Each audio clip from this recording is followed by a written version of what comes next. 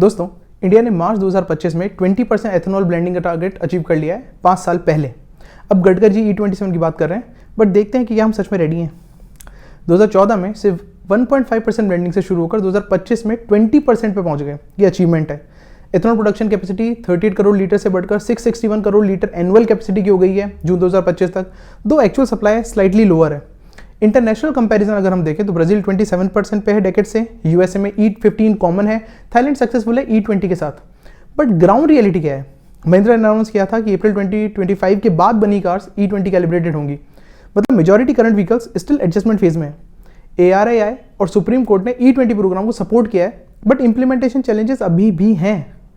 Number check करें अगर हम इम्पैक्ट देखने के लिए तो 1.36 लाख करोड़ फॉरेक्स सेव किया हमने, फार्मर्स को 1.18 लाख करोड़ पेमेंट किया और 698 lakh ton CO2 emission reduce किया। ये मैसिव नंबर है, but consumer level experience mixed है। व्हीकल ओनर्स का कंसर्न है कि ओल्डर व्हीकल्स में माइलेज रिडक्शन और इंजन हेल्थ के बारे में ध्यान नहीं दिया गया।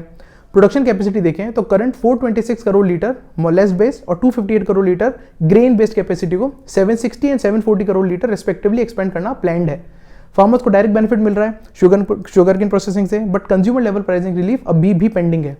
ग्राउंड रियलिटी है कि E20 fuel currently nation wide available है। E23 में इंट्रोड्यूस किया और 2025 में कंप्लीट रोल आउट हो गया, but vehicle compatibility mix picture दिखाती है। Manufacturing company stepwise compliance कर रही है। Post April 2025 model specifically E20 calibrated है, बट प्री 2020 व्हीकल्स में पोटेंशियल इशूज है, जैसे कि fuel system components, seals, injectors etcetera. Retrofit solution available है, लेकिन अवेयरनेस कम है।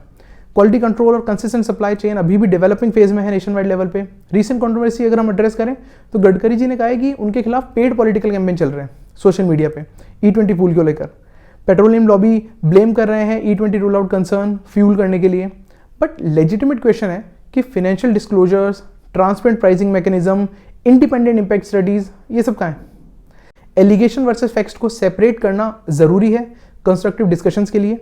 E27 की बात चल रही है, BIS ड्राफ्ट नॉर्म्स एक्सपेक्टेड है, बट फाइनल रोल आउट अभी पेंडिंग है।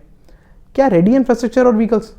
प्रैक्टिकल अप्रोच चाहिए, जिसमें हमको व्हीकल मैन्युफैक्चरर्स को क्लियर टाइमलाइन देकर कंप्लायंस इंश्योर करना होगा। Consumer education campaign aggressive level पर होने चाहिए। क्वालिटी स्टैंडर्ड मेंटेन करना होगा प्रोडक्शन से डिस्ट्रीब्यूशन तक। इंडिपेंडेंट मॉनिटरिंग मैकेनिज्म एस्टेब्लिश करना होगा। E20 से E27 जंप चैलेंजिंग है टेक्निकली। एडिकेट प्रिपरेशन और टेस्टिंग टाइम देना जरूरी है। अचीवमेंट तो सिग्निफिकेंट है, 5 साल पहले ही अपना टारगेट अचीव कर लेना, बट इंप्लीमेंटेशन, क्वालिटी और कंज्यूमर एक्सपीरियंस इंप्रूव करने पे फोकस करना चाहिए। आपका एक्सपीरियंस शेयर करिएगा कमेंट्स में। जय हिंद।